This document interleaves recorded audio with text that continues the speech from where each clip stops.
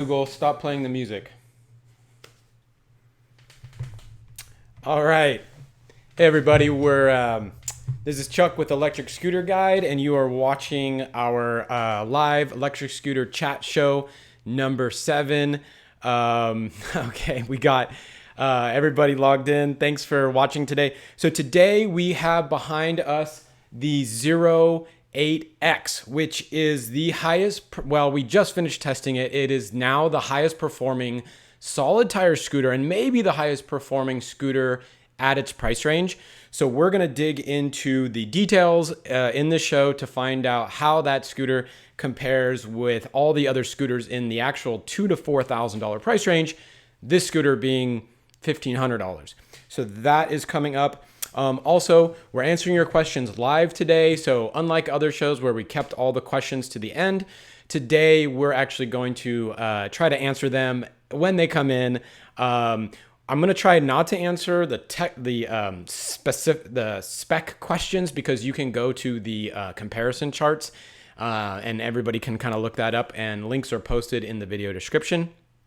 But if you're on YouTube, if you're on Instagram right now, you know, the best place to get your questions asked is and answered is on the YouTube. So if you want to jump onto the YouTube stream, that is actually the best place to do that.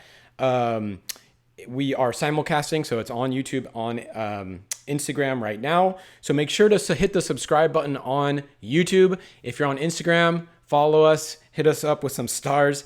And during the week, go ahead and go to our Facebook group, which is also linked in the video description.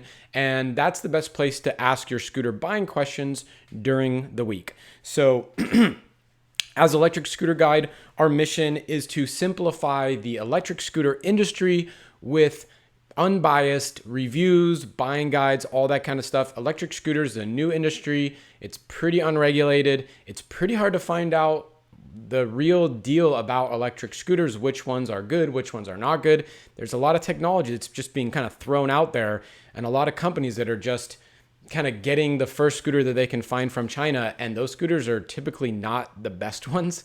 We review, basically, I think we review more scooters than anybody else in the world. We also are the first ones in the world to do automobile quality performance testing using actual we're not using our GoPro anymore. We're using Race Logic equipment the same ones that they use for car racing and stuff like that. So that is kind of who we are. And we're here to help. So if you have scooter buying questions, that's what we are here to help you with. And without further ado, I'll go into the news real quick. Then I'll talk about the 08X, just some basics, and then we'll just get into questions. So for news, so the Levy electric scooter review was released last week along with a video. It's $499, has a swappable battery, basically an upgraded Xiaomi M365. The 08X written review is actually already out. You can find that in the video description right now. That review is up. We'll work on a video. That'll be the next video that we release. Next week, we'll have the new 2019, or some people are calling it 2020 review of the wide wheel. Right after that is the boosted rev. So that one is, our photographer has the boosted rev. He's not giving it back, son of a gun. And so he's been testing it and riding it. We need to get that scooter so we can get our data on it. Next will be the Cabo Mantis, which is still in the box. We need to get that thing out and get it reviewed. And then finally, after that will be the Voro Motors Emove Touring, followed by the Emove Cruiser. Those are all backlog scooters. Okay, so today's featured scooter is the 08X. As I mentioned, the written review is already live on the Electric Scooter Guide website. Just go to electric-scooter.guide and you will see the review. It's a full-length review with pictures and everything. We rode the crap out of that scooter. We really like it. Basically, if you're going to sum this scooter up in a nutshell, it is the most extreme scooter probably at its price range for any kind of company that's reputable. But also for a low maintenance solid tire scooter, it is the fastest. There's no other solid tire scooter that we can find that has the acceleration, the hill climbing ability, and the braking power of the scooter that is behind me. If you want me to turn the lights on, I will. I'll do that. Just hit me up a little note for that. So I'll just give you some basic specs first. So right now the scooter is on sale if you're in the US at revrides.com. It is listed at $1,650, but if you use our coupon code right now, they have a 10% off coupon code. I don't know how long that's going to last, but that brings the price down to $1,485, and I think they're even including free shipping right now. So that's a kind of a pretty good deal. Manufacturer range is 50 miles. The weight is 72 pounds. It has a top speed of 34 miles an hour. It has solid 8 by 3.5 inch tires. It has dual 800 watt motor, so one in each wheel, with a maximum kind of max power rating of 2300 watts. And we'll talk about how that actually affects performance in just a second. It has dual disc brakes. Again, stopping power, you'll be very surprised with the stopping power. And actually, performance data, if you want to just jump ahead, performance data is actually already live on our performance data page. It's got a 936 watt hour battery, dual suspension, similar suspension as the 10X, which is like our favorite suspension scooter out there. And then for lights, got front, rear, and blue deck lights, which I'm going to turn on. I'm going to try not to drop the scooter like I did last week. So there you go. Those are the lights on this scooter here. So we've measured all this stuff. So let's just go through real quick our testing. So we tested, the first thing we test is the range. The range, when manufacturer claim range, never what you're going to get, especially with beastly scooters like this. Because when we test them, we're typically testing them in the maximum mode as like we would typically ride the scooter. So we put it in mode 3 in turbo with dual motors on. And with that, we got 21.3 miles of range before it died. Acceleration. So the acceleration, this is what was actually quite surprising. Off the line to 15 miles an hour, it is one of the fastest scooters actually out there. It is basically the same as the Dualtron X and Dualtron Thunder. It went from 0 to 15 miles an hour in 2.07 seconds. The fastest scooter we ever tested was the Wolf Warrior, I believe at 1.9 seconds. So it literally is like matching the Wolf Warrior. I also have a video of a couple friends riding the Wolf and the 08X together, and basically to about 15-20 miles an hour, they're kind of neck and neck. So that low end, like super torquey, super fast motor, that's what it has. So it's slightly faster than the Weeped and about the same as Dualtron X and Thunder, just a hair slower than the Wolf Warrior. The hill climb it completed, it's a 200-foot hill climb. It's about an average of 15%. My cats are going crazy behind me. It's like a 15% grade. It completed in 9.42 seconds, about 1 second slower than the 10X, which is a little bit more beastly, a little bit bigger scooter, and with a little bit bigger motors. So they're dual 1,000 watt nominal motors on the 10X. This is 800. The actual top speed that we got, and so my photographer's about 200, 215 with a bag on. He got it maxed out at 30 miles an hour. I'm 165 pounds. I maxed it out at 31 miles an hour. The other kind of surprising thing here, which we didn't expect, was the braking distance to be so good. We got the braking distance measured, and when we do this kind of performance measurements, we do them 3 times. We got 11.1 feet for the braking distance from 15 miles an hour to stop is 11.1 feet. It's actually quicker. It stops faster than the 10X, the Dualtron Thunder, the Dualtron X, and the Wolf Warrior. The only scooter that beats this one as far as braking is actually the Weeped GT50E, which is, the performance state is there. I think it's about a foot less. So performance-wise, this is great. And when you need to stop quick, right? That's kind of what you want. A lot of people want pneumatic tires, and we definitely recommend pneumatic tires for performance, safety, comfort, all those things. However, the drawback of pneumatic tires is that they're prone to flats. Just like anything that has air, there is a possibility of getting flats. There are ways, of course, to not get flats. You put in tire slime and different things like that, but some people just don't want to deal with it. Scooter companies get a lot of requests, or even people are modifying their pneumatic tire scooters to put on solid tires so they don't have to deal with flats. And if you're riding on good terrain, in good weather and things like that, which is most of the time, solid tire scooters can do okay. So for a solid tire scooter, this is the best. This is the best we've ever tested. It's actually one of the best scooters we've ever tested, period. So really the use case for this scooter is someone that wants an extreme scooter, but doesn't want to have to, really, have a lot of maintenance issues. So again, the full review is online. I will now go into some questions because I see the questions are kind of piling up. Also, we have a representative from Rev Rides here. So he can help, he or she, I don't know who it is, can help answer your questions as well.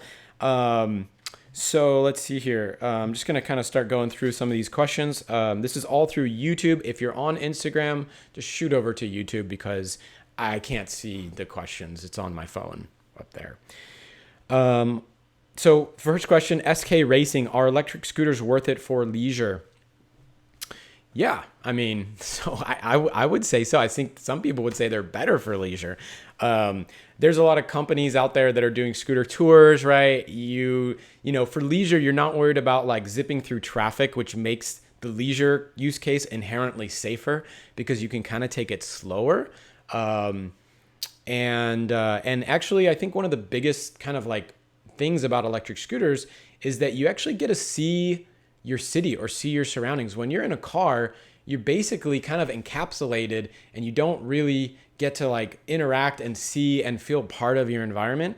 So when you are on a scooter, you actually feel the wind and you see the people around you and you can stop and see, oh, what's this new pickleball court that just opened up in my hometown? Like you get to see that kind of stuff. And that is a really, really cool thing. Philip Arthur, hello. He says he's a first-time viewer. He's a little over 300 pounds and at the age of 56 and never rode one before. Which scooter would you recommend for someone like me? Okay, so 300 pounds. So yeah, so when you're 300 pounds, a lot of scooters are not going to work. The first thing I would recommend you to do is go to the comparison database. And there is a link to it. Yeah, there's actually a link to it. 2 posts above your own. What you can do on that sheet is actually type in. So if you go onto that page, which I'm actually on now, is how I look things up too.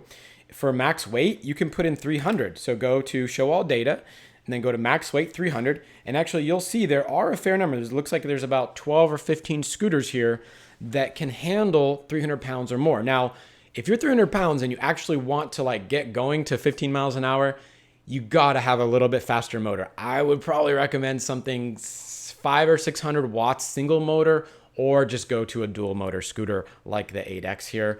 And if you're older, you probably want something, I'm assuming you're not like trying to race these at 40 miles an hour.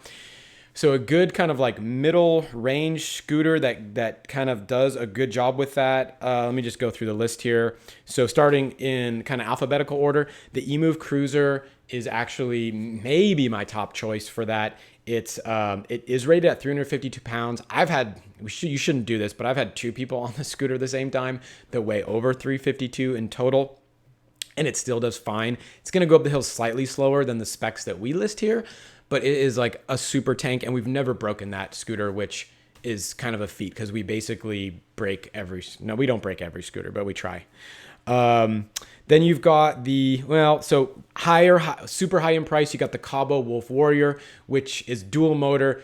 I actually did the range test in the single motor version because it's just so fast in dual motor. That, if you can afford it and you can handle the weight, it's 101 pounds. That I think at that price range is the best scooter right now. The Nan Robot scooters, there's a couple of them that could work for you, but until we get models to test and we hear better reports, I can't 100% recommend those. Then you've got the Swagger 5, which I would not believe the stats that they say at 319 pounds Swagger 5. I don't believe that. Finally, 010X. that will handle yourself like pretty well. It's powerful enough, but you can put it in single motor if you don't want to have like your head jerking back. And the suspension is as good as it gets on an electric scooter. So for you, 300 pounds, I think that will be great. Okay. Next question, SK Racing asks again, is it worth buying the Xiaomi M365? Thank you for your question. If I'm planning it for leisure, yeah. I mean, yeah, I don't see why not. I don't really know. I mean, leisure versus commuting. For leisure, I'm assuming maybe you don't need to fold it up as much. And then the M365 is a good scooter. You know, I know there's a lot of like people that talk about the repairs and whatnot, but the ones that are selling now that you would buy now on like Amazon or whatnot, we have had one. It has been my daily rider like for a long time, and we always swap out scooters, and that's the one I kind of keep. And because it's light and it goes fine, and you know, I think that is a good scooter, and we recommend it for that $400 price range. That is the best scooter. Okay, another question. Let's see here. Oh, cool. Yeah. RevRide says Nathan and Tyler from RevRides are here. So welcome, you guys. Feel free to answer any questions that people have about about any of your scooters. And for everybody watching, you know, ask questions and feel free. You know, it looks like there's already conversation. I can't read all of them as I'm like looking at the camera, but like a lot of the people that come onto our platforms are extremely knowledgeable about all these things. And so I can answer everything that I can answer, but it's better to get more answers from more people. So feel free to just like ask your questions about any of the Zero scooters, because Tyler and Nathan is the founder and owner of RevRides, which is the exclusive, distributor, I guess, of Zero scooters in the United States. Also, and as a testament to that, I mean, we're unbiased, but we see the data, and the data says, and you know, we did the survey. The data shows that the Zero scooters have the highest rated post-purchase customer support in the entire industry. I know there's a link to it somewhere. I believe it was a 4.5 out of 5 average rating over a bunch of customers. So it's not like a fluke or anything like that. They absolutely do a fantastic job of helping their customers with the scooters pre-sale and post-sale support. So please ask them questions. Okay, next question. Another one from SK Racing. Okay, is the Xiaomi M365 smaller than a Lime scooter? Well, the Lime scooters, there's all kinds of Lime scooters at this point. The first Lime scooter, I believe, was the Segway 9bot ES2, and that scooter is bigger than the Xiaomi M365. So it's not, what's the question? It's smaller. Yes, it's smaller. However, now Lime, Bird, all these guys are getting in new scooters, Okai models typically. So and also the Segway 9bot Max is now starting to roll out, and they're way bigger. Because for the sharing market, you want them big and bulky and super durable and not foldable. Different than the personal market, which is what we work on. Okay, Tuan Bang asks, from YouTube asks, is the stem also creaking on the 08X? It's a really good question. So we're unbiased, right? So I'm going to tell you how it is. On Instagram, you can see my cat walking by. It's fun. His name's Sherlock. So the 10X and the 8X, and actually all the Dualtron scooters, have a collar style stem locking mechanism, okay? So you can kind of see it right here. And so that kind of goes up and down over. You got clamps, you push it down, you pull the two clamps down, okay? Is it creaking? So the question is it creaking? So when you ride the scooter and you're breaking that scooter in, you're gonna start getting wobble, and you're gonna start probably hearing creaking. Some of the 8X and 10X scooters will creak more than other scooters. This is not exclusive to Zero. This is like basically every extreme scooter, maybe not the Wolf Warrior so much, it's a different style. So what we do, right? So I got it back from my photographer, it's creaking. So I go in, I told him, just tighten the bolts. And I'm not sure if he did that or not. I tightened the bolts around the stem. It took me like 4 or 5 minutes. I'm not like an engineer type. So I tightened those. Basically, the stem, which was wobbling a little bit, almost had no wobble at that point. Also, I didn't get really any creaking in this. I talked to Nathan about it because I know it's something that we want to cover because it's something people definitely talk about with the high-end scooters. And so I sprayed a little WD-40 in there. The creaking that it didn't really have creaking before the one that I have, and now it's absolutely silent. The play in the stem is basically at almost it's almost unnoticeable right now. And so so there's really easy ways to kind of like circumvent the stem wobble, stem creak, right? Because it's a metal on metal thing. If you spray a little WD-40 in there, you may get a model that has none of that at all. The model that we have is actually nearly perfect.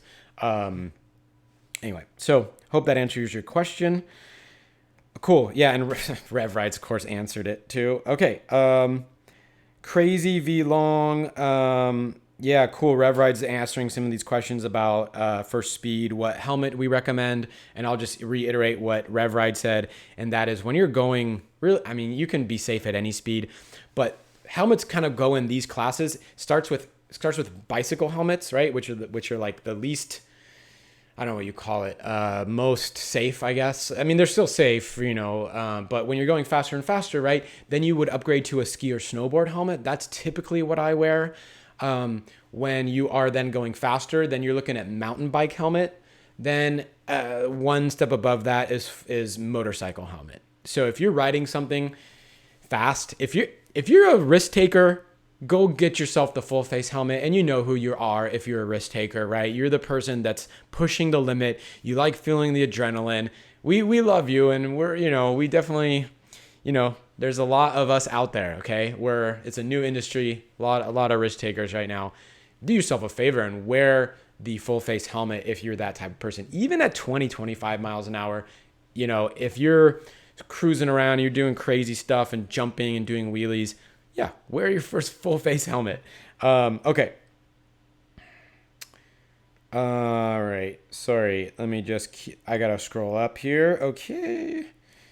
Can they be interchangeable? I'm not sure. Georgie. Oh, hey, Georgie. Georgie runs a scooter selling company in the country of Georgia, who we met on, I don't remember how we met, but I think we chat sometimes on WeChat or WhatsApp or something. So shout out to you. I hope business is doing well. And I don't know exactly, maybe the shocks are interchangeable. I'm going to let Rev Rides answer that question because I am not like as expert as they are on those types of things. But if I see the answer, I'll mention it. Elijah Gurari, he says, "Hi, can I get a shout out, please?" Shout out to Elijah. How you doing, man? I hope all is well. Thanks for tuning in today. Okay, next question. Okay, this is great. Yeah, people are asking Rev Ride. I'm glad Rev Rides is tuning in right now about the 08X with a 25 amp hour battery. I'm going to let them answer that question.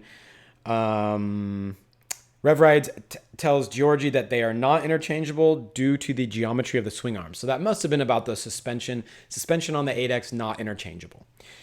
I think there are some scooters that you can kind of swap a few of them out, like the Dualtron Thunder and things like that. But the suspension is actually so good. It's really good. Okay, next question. What are your thoughts on Lime scooters by SK Racing? Lime is bringing out a lot of different scooters, as I mentioned before, but I'll just tell you, typically sharing market scooters are really different than personal electric scooters because they're heavier. They're heavier and they're bigger, and they should be more comfortable. But however, they're not always more comfortable because a lot of them have solid tires with no suspension, and that's not a good ride. Or even I don't know how to answer that more than I did. Okay. JP Orr says the original Cabo Mantis is the same bad design, then they changed it. I'm not sure what they're referring to. Rev Ride, Spin is the best SK Racing. Oh, okay. Yeah. I mean, Spin. So I know the guys actually at Spin. I go over there quite a bit and I chat with a few of their people, and I've met the owner and whatnot. And Spin is doing a really good job in terms of bringing out scooters. They've actually had me come in and kind of test out the scooters that they're looking to put on the street. So they were deciding between the Ninebot Max and the kind of the Bird Zero, which they won't call it the Bird Zero, but it's the same scooter as the Bird Zero. And so, yeah, I mean, if you can try to go for the Ninebot Max, it's just way more comfortable. They're going to call it whatever they call it, and you basically won't know. You just have to recognize it. But depending on which city you're in, you're going to get different scooters at all the different companies right now. They're all trying new stuff because they need to have these scooters last longer. Okay, Elijah asks, would you recommend the GoTrax V2 scooter? So yes. So if you look on our website, we have best scooter under $300. It's a category. If you go to our website, click on best of, we kind of name the best scooters in each price category. At $300, basically it's Swagger 5s versus GoTrax GXL Commuter V2. V2, not V1. V1 is actually fine. V2 just switched out the, it has a handbrake instead of a back foot brake, which is a weird design. So the V2 has a good design. We have it. We still have it. We ride it. I can't keep all the scooters with me all the time because my fiance will kill me if I have more than 4 scooters in the house, and I have 5 right now. So we do recommend it. It is extremely safe, extremely stable. For $299, you literally cannot beat that scooter. The stem lock is awesome. The pneumatic tires are awesome. The disc, it has a disc brake, whereas a lot of scooters only have electronic brakes at that price point. So yes, that is a really good scooter. I think we have a discount code on our deals page right now, so check that out. Where am I here? Hope this is valuable for everybody. Looks like we have a lot of viewers coming in, so this is cool. This might be our most viewers we've ever had.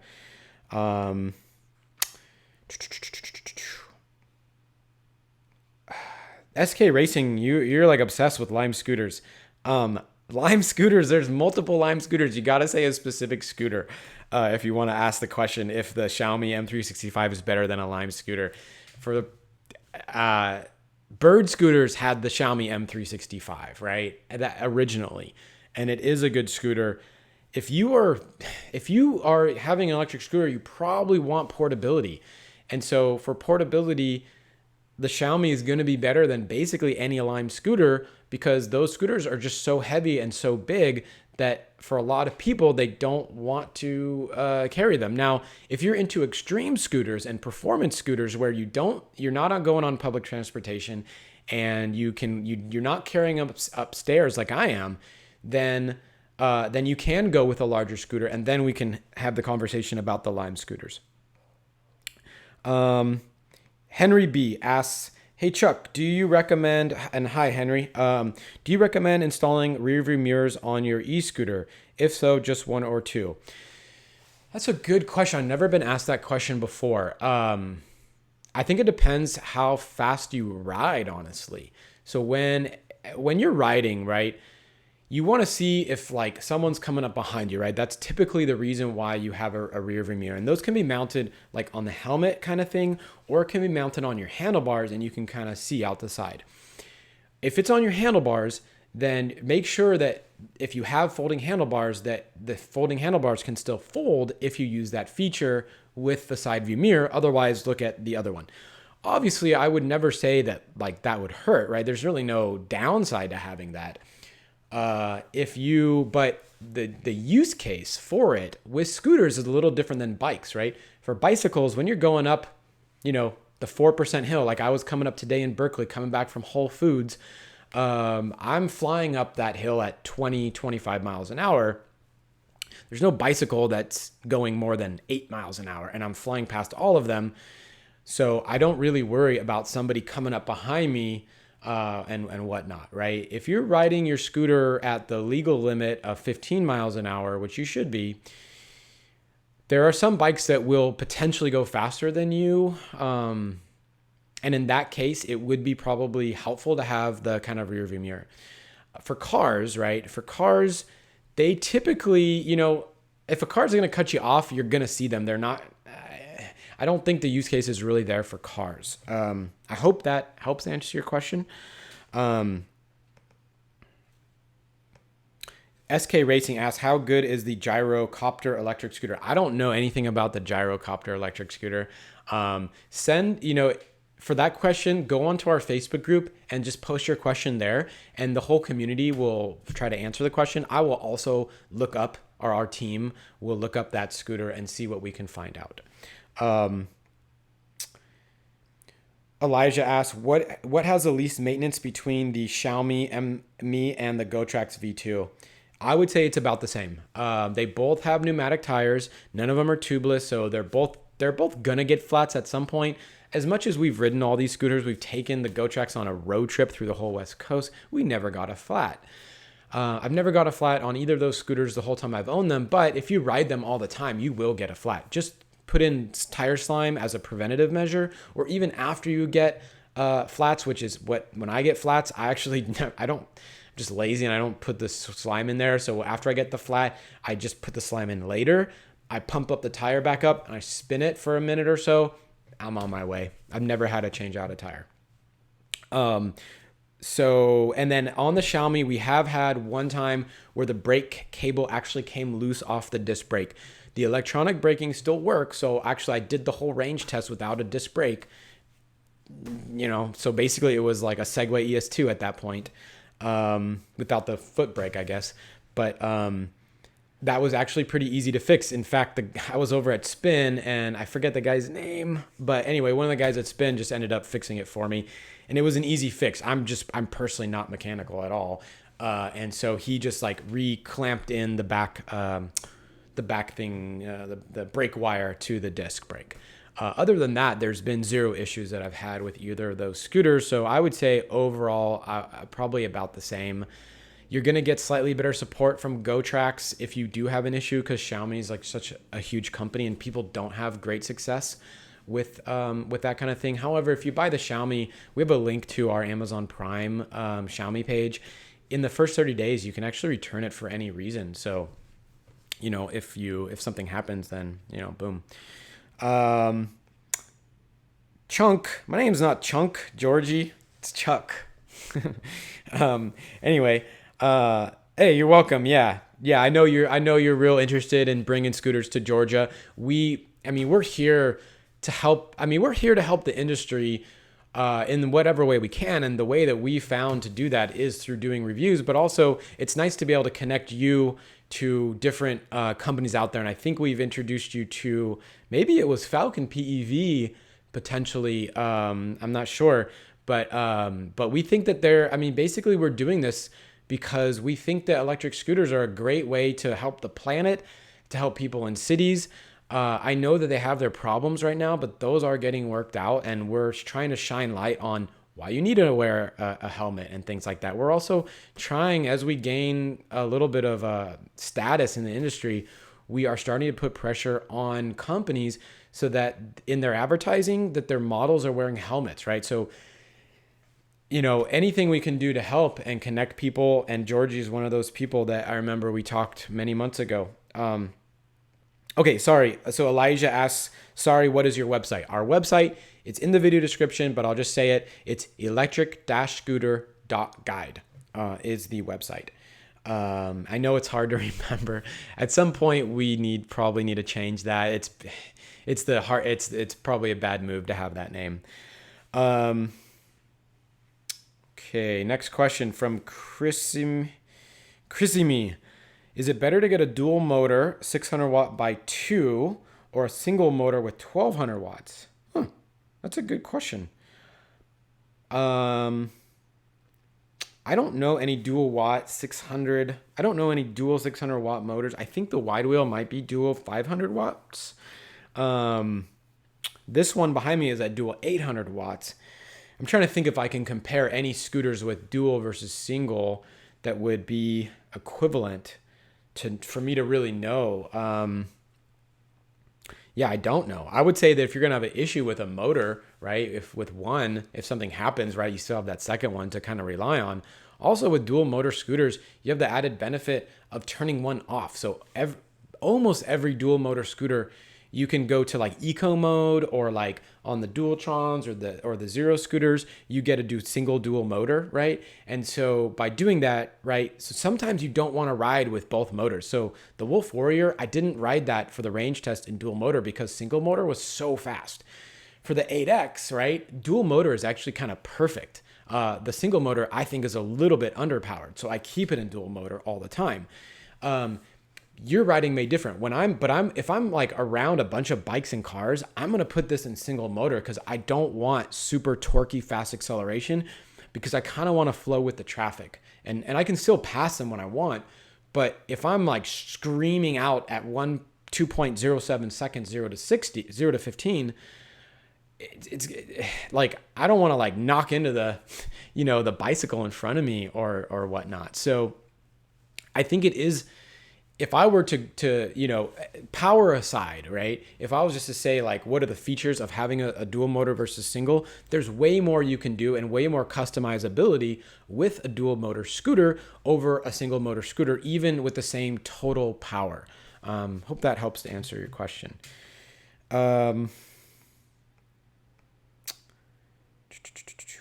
Philip Arthur asks, what is the typical shelf life of an electric scooter? So there's two ways to answer that question. Shelf life as in how long they last before they get replaced. And then you can also answer that question like, how long is it going to last before it just like completely breaks? So first question is, or the first way to answer that is like, how long does it last before it's obsolete? Right now, scooters are undergoing quite a bit of like development, right? The market is not, it's not contracting, right? It's still expanding, and it's still becoming more and more diverse, actually, right? We're seeing 3-wheel electric scooters, and we're seeing all these new companies spring up all the time.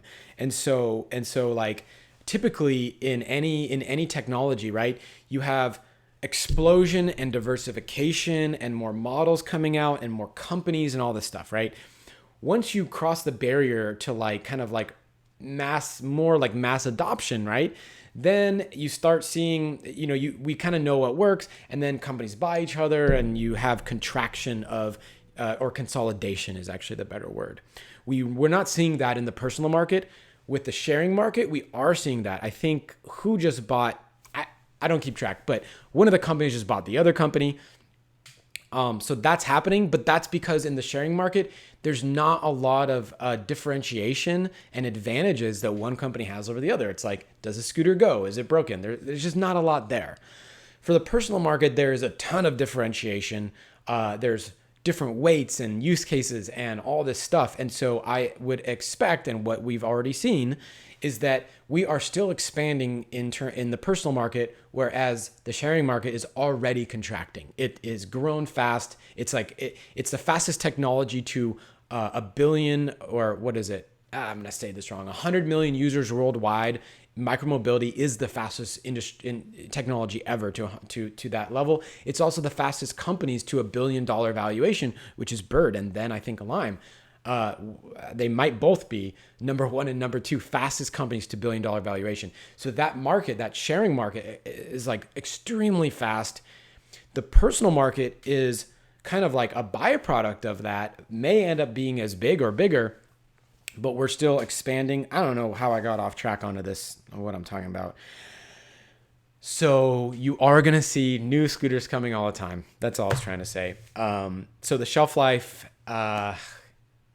we don't actually know how long. Hey, thanks for the hearts. We don't actually know how long before new models are being replaced. However, like the wide wheel Emove Cruiser, there's already second versions of that, and that's typically, that seems to be around a year after that happens. As far as how long a scooter is going to last before it just like craps out, they actually can last a really long time, and that's number one because. And it depends on which scooter you're getting, right? So certain scooters just have problems. And if you're wondering what are the scooters that have problems, just go look at our reviews and check them out, or look at the survey reports on lowest quality scooters or lowest, owner reports of scooters, because there's models that have not great ratings. And the Segway ES series is probably a prime example of that. Not a lot of people are liking that scooter. Okay. But yeah, if you have a scooter that, you can have replaceable parts, just make sure that you have a company that you're buying from that's supporting you with parts. So if your tire blows or a motor goes out, a controller goes out, they will send you new stuff. And that's why we typically work with only like if you see reviews from us and we recommend them, that means that we know the owners of the companies, that we've worked with them. And if we get reports of people not getting support, which we have right now, unfortunately, and it kind of breaks my heart because the Zoom Strider is actually a pretty durable scooter. They kind of dropped off the planet in terms of their support, and we're getting a lot of negative reports for the Zoom scooters not getting support. And now we got to say, like, hold off on buying those scooters until we get reports that they are having good support. So anyway, that's a little rant. Sorry. Keep going. Glenn Taught Vlogs just said, I ordered my 09. Thanks for the code. He's referring to the discount code, electric-scooter.guide. Save 10% on rev rides. Can't wait to ride it. Cool. Yeah, your scooter should be coming. Well, Rev Rides knows when it's coming. They also do a really good job, probably best in the industry, with like keeping pre-orders up to date. Like they'll send you like an email with the damn ship on it when your scooter ships. So it's like they do a great job of keeping you up to date. So good on them for that. Davar. Okay. Rev Ride's asking the question about, does Rev Rides inspect scooters for flaws or damage before they are shipped to the customer? And he just ordered the 08X.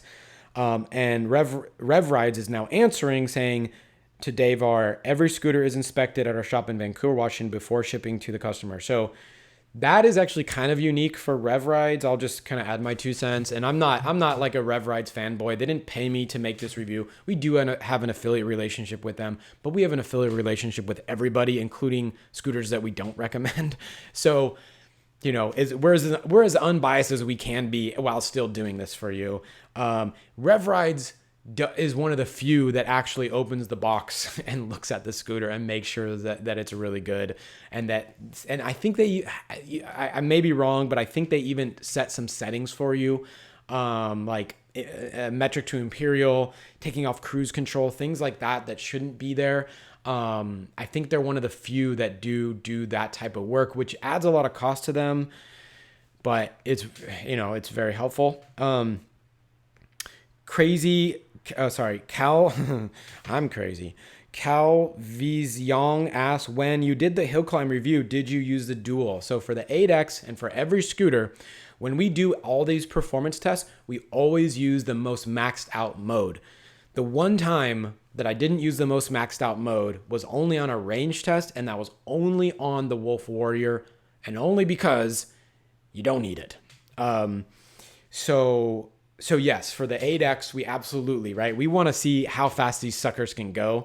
And so we always use dual motor. That's right. Struggle Russ says, hey Chuck, understanding we should be wearing helmets when riding to save our noggins. At what speed do you think it becomes important to have jaw protection? Yeah. Versus a bike skate style helmet. Yeah. What I might do is reach out to some like helmet safety engineers, because this is really important, like really important. We don't want people dying on scooters. Scooters are good for the world. They're good for the planet. They're what we need. They're good for cities, and everybody knows it. All the bad press about scooters is all about the sharing market, and it's because they're not wearing helmets. They're leaving it on sidewalks. They are being idiots. They're riding them drunk. The personal market, that's not what we do. We don't do that. This is a commuter vehicle that we own. We're not leaving it on the street, and like we should not be riding it on sidewalks or next to old people or people that are walking. Don't do that. And if you're gonna do it, go 3 or 4 miles an hour. But to answer this question about saving the noggins versus jaw protection, so like my neighbor was a retired surgeon. You meet the craziest people in Berkeley. He's awesome though. We had a conversation about this, and he's told me some good advice. And he said, you can reconstruct a jaw. You can reconstruct the face. I've seen pictures, unfortunately, on the subreddit of women with their teeth through their lips. And not infrequently, unfortunately. Small tires are inherently more unsafe than larger tire scooters. So if you want to save your jaw, yeah, wear the helmet at any speed, even at 10 miles an hour, right? When you fall on electric scooters, you're typically falling forward. I actually fell less than a month ago. There was a bump. There was a little a thing this big. There was a cop behind me, so I signaled like an idiot. No, you should signal.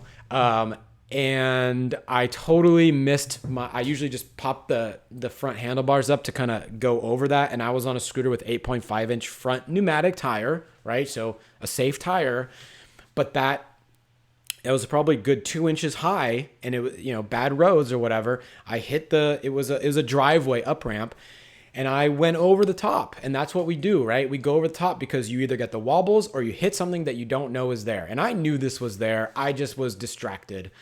This is going to happen to everybody. I ride these things every day. So I went over the handlebars. Of course, luckily I caught myself and I put my hands out without locking out my arm, but my hands out like this, and I caught myself and I scraped my hand a little bit. I didn't really even bleed. My elbow hurt for like a day, but it was really not bad. I didn't hit my head. But if you're not like good at falling, right? I've been like doing jujitsu and wrestling my whole life, so I kind of know how to fall. If you're somebody that doesn't, at any speed, wear the full face.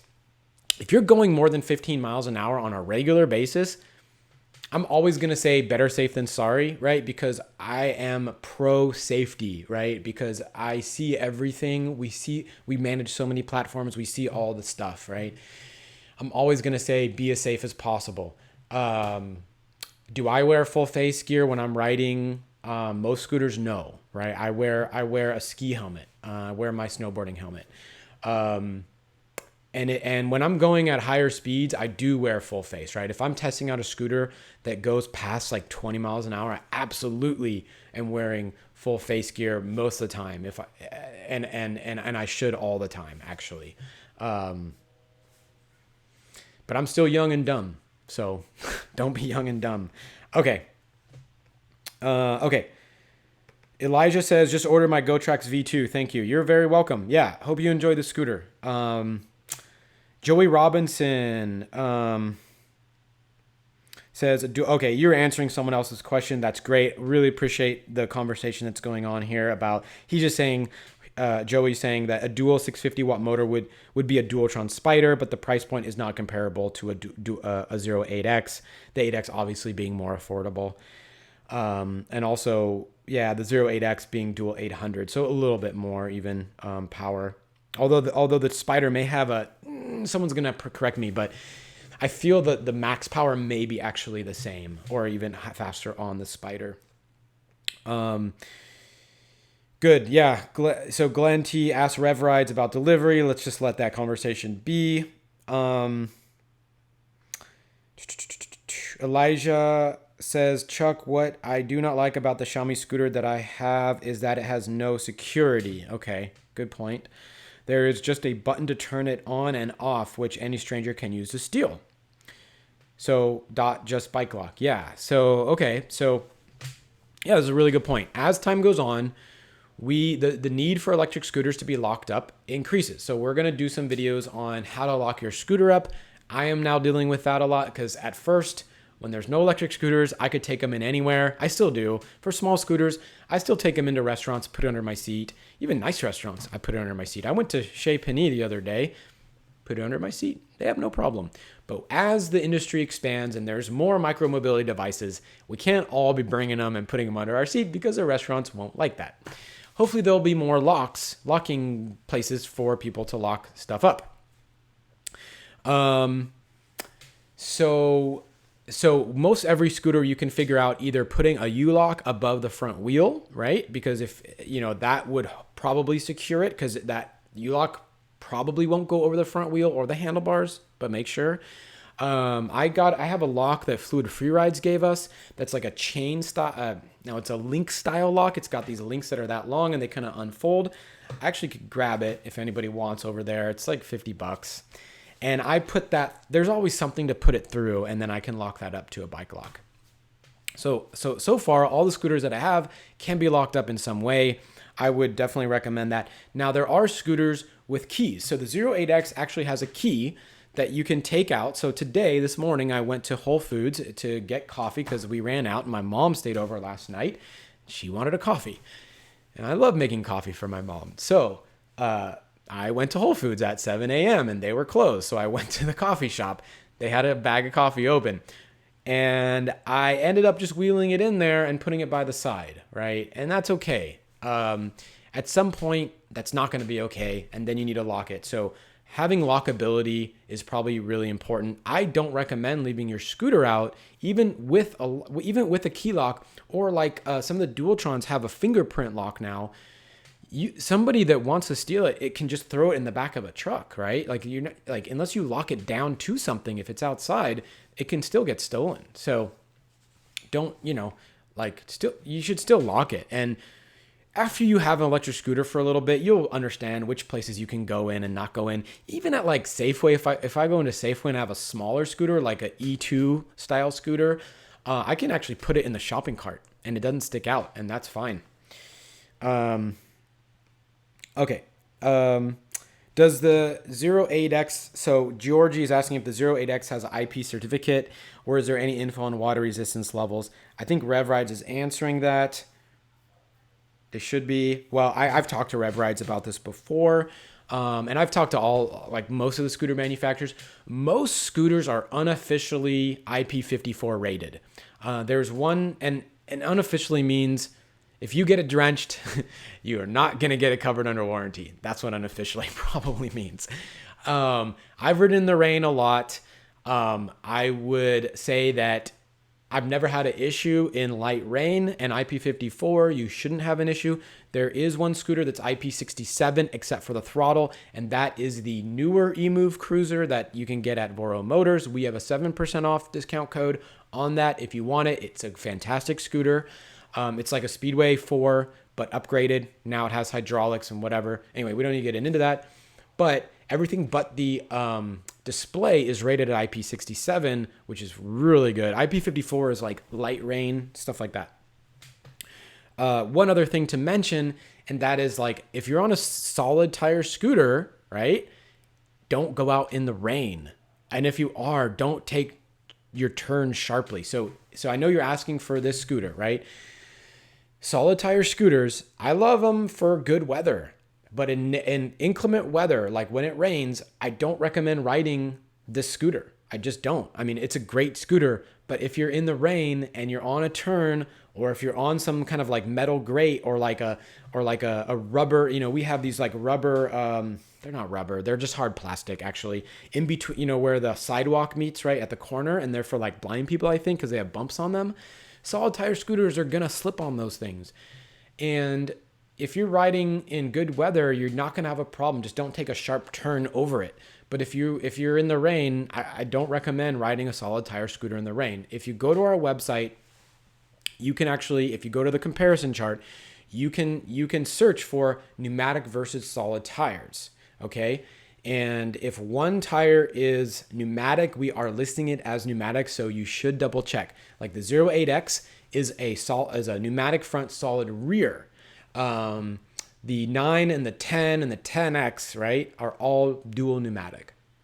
So there's more scooters are pneumatic now than solid. When we started this, like a year ago, I would say it was almost like half and half, because the E2 models were selling a lot and the Segway ES2s and stuff were selling a lot.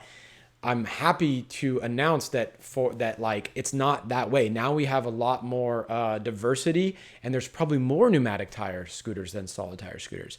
But you have options, and it really depends on how you ride.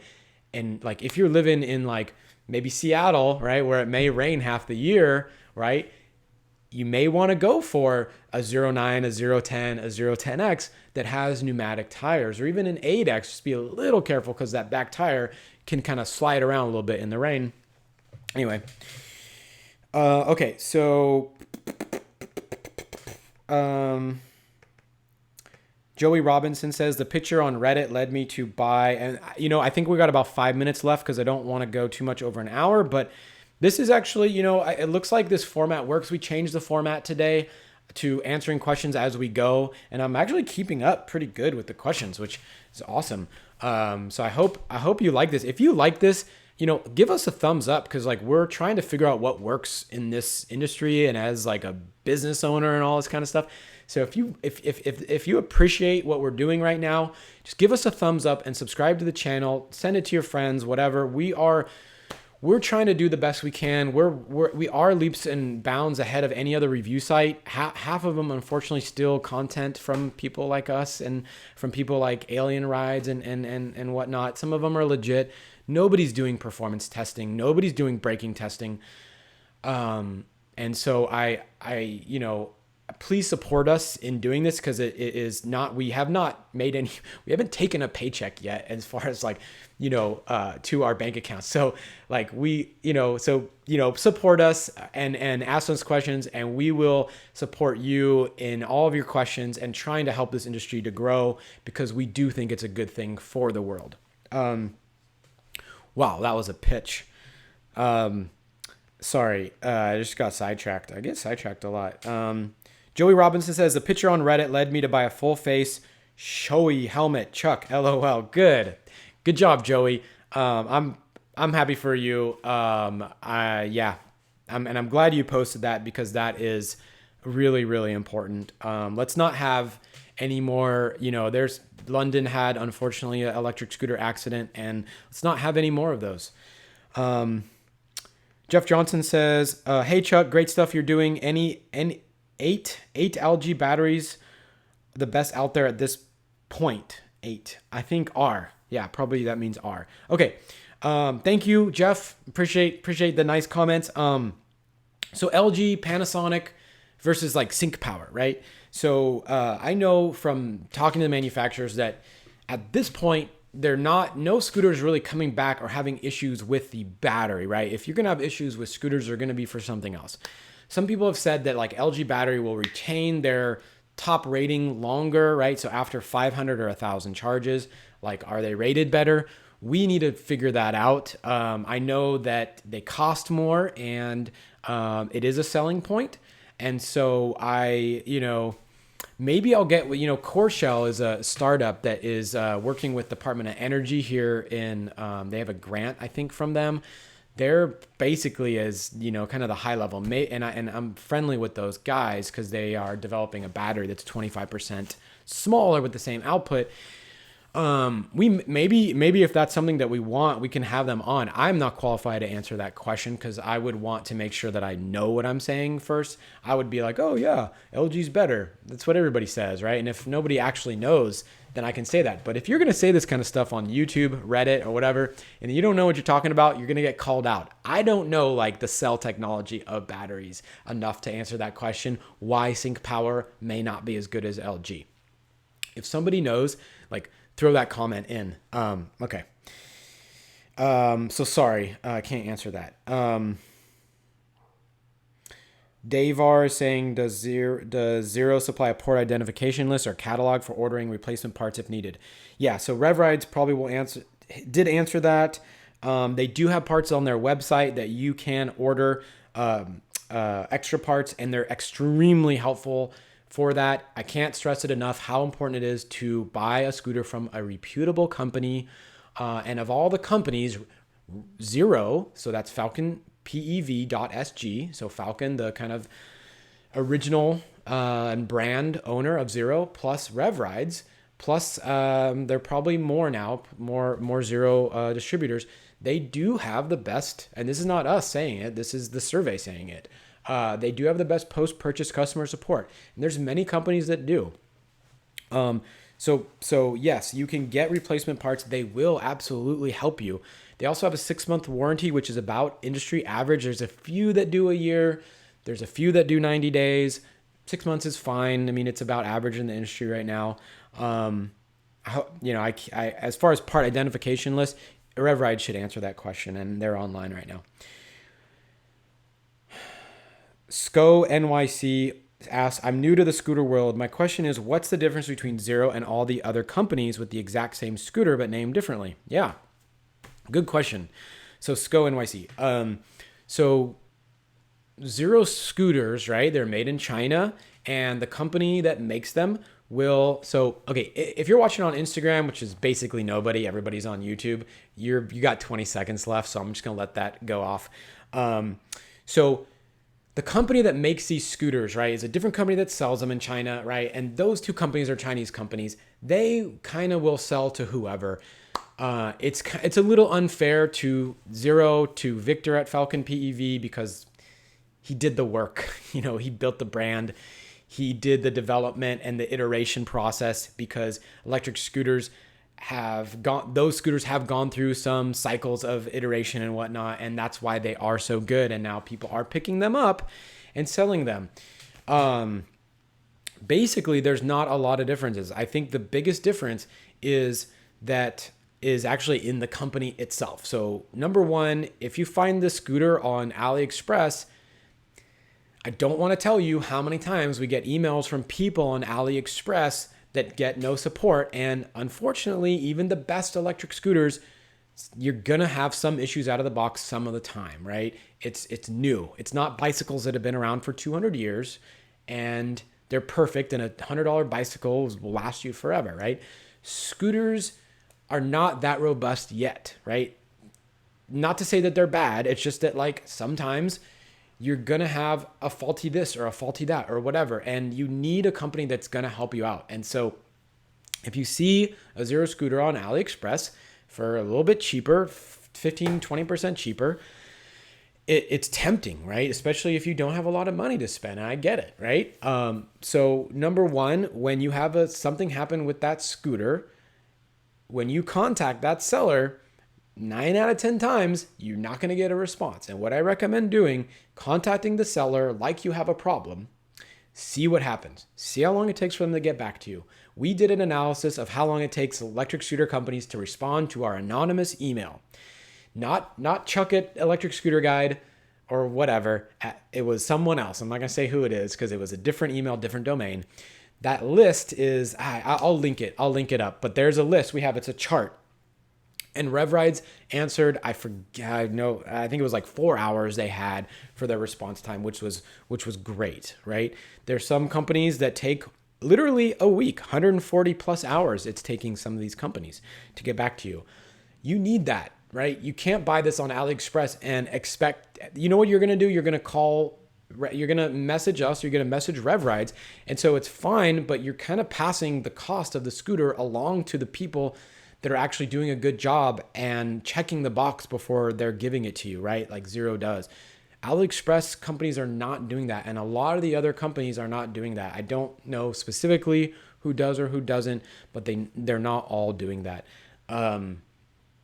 So I would say the reason to get it from a scooter company that's closer to the source is that they're going to get updates faster. They're going to get customer feedback a lot quicker because they actually care about it.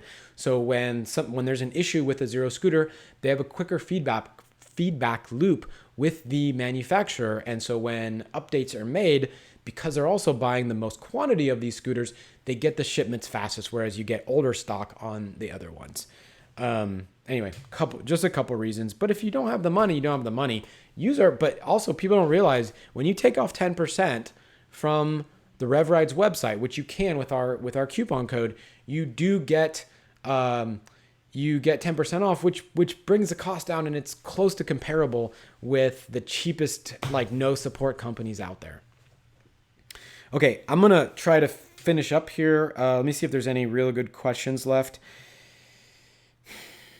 Glenn taught, did anybody,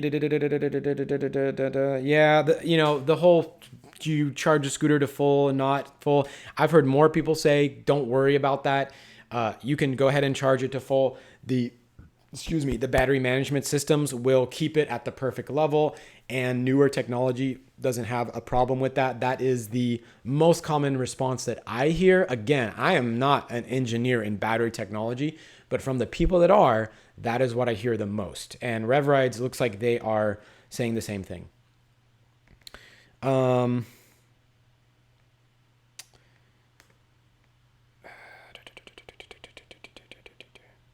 Anybody have an answer to my question? Yeah, so RevRide's answering the question. Davar says, hey, thumbs up. Okay, cool. Thanks, Electric Scooter Guide and Rev Rides. You've been helpful. Awesome. Yeah, appreciate that. Yeah, this what we do this for you guys, and it's great that everybody is helping y'all answer each other's questions. If you have questions during the week, go on our Facebook group, post the question there. The link is in the video description, right? You're going to get better answers than what I can. I mean, I like myself and I think I have good answers, but if I answer and 10 other people answer you, that is going to be a more robust and fully thought through answer than I can just give alone. So go on the Facebook group and ask those other questions. Cool. I think I got to the end. Let me see if I have any notes about what yeah. So, Electric Scooter Guide, go ahead and subscribe if you haven't already. And if you're watching this on YouTube and you're interested in the review of any of these scooters, check out our scooter reviews, subscribe to our channel so we can keep making more videos like this, and give us a thumbs up before you leave. I'm going to sign off now, and thanks everybody for watching so much. We couldn't do this without you guys. Anyway, it's been a pleasure. See you all next time. Ride safe. Don't forget to wear your helmet. Bye-bye.